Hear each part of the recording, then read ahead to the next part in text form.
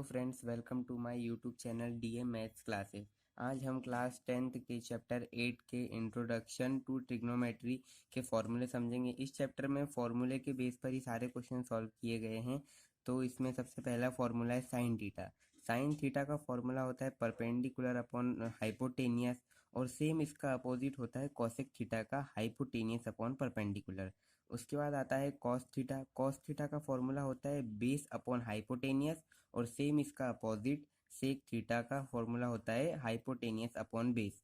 उसके बाद आता है टेन थीटा। टेन थीटा का फॉर्मूला होता है परपेंडिकुलर अपॉन बेस, और इसका अपोजिट कॉट थीटा का जो है फॉर्मूला वो होता है बेस अपॉन परपेंडिकुलर।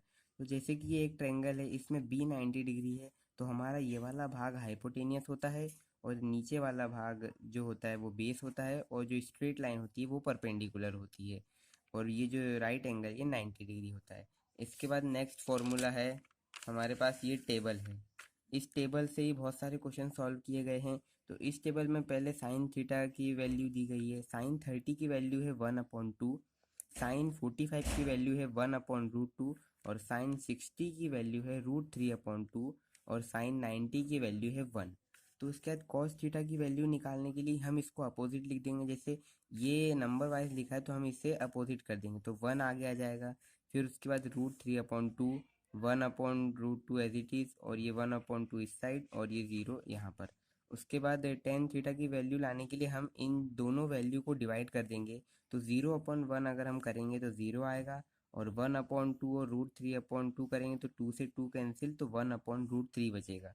उसके बाद 1/√2 और 1/√2 को अगर हम डिवाइड करेंगे तो यहाँ पर हमारे पास 1 बचेगा, और √3/2 और 1/2 को अगर हम डिवाइड करेंगे तो 2 से 2 कैंसिल हो जाएगा, और √3/1, तो अपॉन में 1 हम लिखते नहीं है तो यहाँ √3 बचेगा।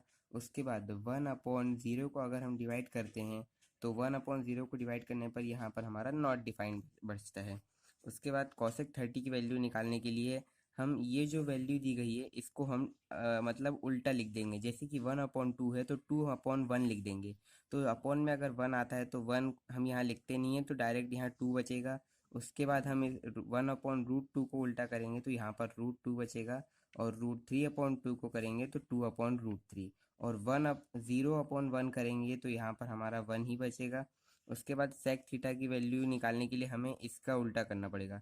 तो 1 ऊपर है तो 1 नीचे आ जाएगा, तो 0/1 यहाँ पर 1 ही बचेगा। उसके बाद √3/2 को हम उल्टा लिखेंगे तो 2/√3 आएगा, और 1/√2 को हम उल्टा लिखेंगे तो यहाँ पर √2 आएगा, और 1/2 को हम उल्टा लिखेंगे तो यहाँ 2 बचेगा, नीचे 1 नहीं आएगा। उसके बाद 0 है तो हम यहाँ पर 1/0 कर देंगे तो यहाँ हमारा आंसर नॉट डिफाइंड बचेगा। उसके बाद फिर यहाँ पर हमें कॉट थीटा की वैल्यू निकालनी है, तो हमें जो ये टेन थीटा की वैल्यू दी गई है हमें इसका उल्टा करके लिखना है, मतलब कि न्यूमिनेटर को डिनोमिनेटर में और डिनोमिनेटर को न्यूमिनेटर की जगह। तो 0 यहाँ पर दिया गया है तो हम यहाँ पर 0/1 कर लेंगे तो यहाँ पर नॉट डिफाइंड बचेगा। उसके बाद 1/√3 को उल्टा लिखेंगे तो यहाँ √3 बचेगा, और यहाँ 1 है तो 1 को उल्टा लिखेंगे तो यहाँ हमारा 1 ही आएगा, 1 1 जा 1 बचेगा। उसके बाद √3 दिया गया है तो हम √3 को उल्टा लिखेंगे तो ये जो नीचे 1 दिया रहता है वो 1 ऊपर आ जाएगा, तो 1/√3, और यहाँ नॉट डिफाइंड है, और हम अगर इसको उल्टा करते हैं तो यहाँ पर हमारा 0 आ जाएगा। उसके बाद नेक्स्ट फॉर्मूला है साइन 90 माइनस थीटा को हम कॉस थीटा लिख सकते हैं, और same as it is cos 90 minus theta को हम साइन थीटा लिख सकते हैं।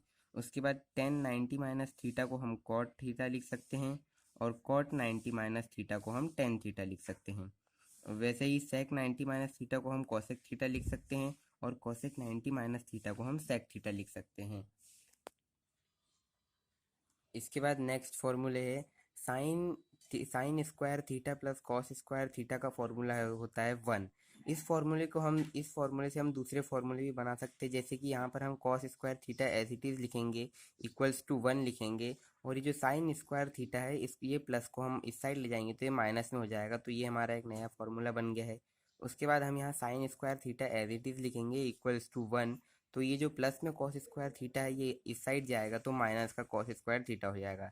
तो ये एक हमारा नया फॉर्मूला बन चुका है। उसके बाद बुक में एक और फॉर्मूला दिया गया है 1 + tan स्क्वायर थीटा का फॉर्मूला होता है सेक स्क्वायर थीटा। तो यह जो हमारा टेन स्क्वायर थीटा है इसको हम एज इट इज़ लिखेंगे equals to sec square theta. तो ये जो प्लस का वन है इस साइड जाएगा तो माइनस का वन हो जाएगा। उसके बाद ये जो वन है हम यहाँ एज इट इज़ लिखेंगे equals to sec square theta. तो ये जो प्लस का टेन स्क्वायर थीटा है यहाँ पर ये माइनस का टेन स्क्वायर थीटा हो जाएगा। उसके बाद एक और फॉर्मूला दिया गया है one plus cot square theta equals to cosec square theta होता है। तो यहाँ पर हम कॉट स्क्वायर थीटा को एज इट इज़ लिखेंगे और कोसेक स्क्वायर थीटा को एज इट इज़। तो ये जो प्लस का वन है इसको हम इस साइड ले जाएंगे तो माइनस का वन हो जाएगा। उसके बाद हम यहाँ वन एज इट इज़ लिखेंगे equals to cosec square theta. उसके बाद जो कॉट स्क्वायर थीटा प्लस का है वो इस साइड जाएगा तो माइनस का हो जाएगा। और एक और फॉर्मूले है फिर टेन थीटा का फॉर्मूला होता है sine theta upon cos theta और इसका अपोजिट कॉट थीटा का फॉर्मूला होता है। जैसे कि टेन थीटा में sine theta upon cos theta है तो कॉट थीटा में यहाँ पर cos theta upon sine theta हो जाएगा। उसके बाद ये कुछ फॉर्मूले दिए गए हैं, ये भी इनका कभी कभी उपयोग होता है। जैसे कि कॉस थीटा का वन अपॉन सेक थीटा तो सेम इसका अपोजिट सेक थीटा का one upon cos theta. Sine theta का वन अपॉन कॉसेक थीटा होता है तो कॉसेक थीटा का वन अपॉन साइन थीटा। और टेन थीटा का वन अपॉन कॉट थीटा होता है और कॉट थीटा का वन अपॉन टेन थीटा। ये जो भी फॉर्मूले है अगर आपको लिखना है तो आप इसका स्क्रीनशॉट लेके लिख सकते हैं। Thank you.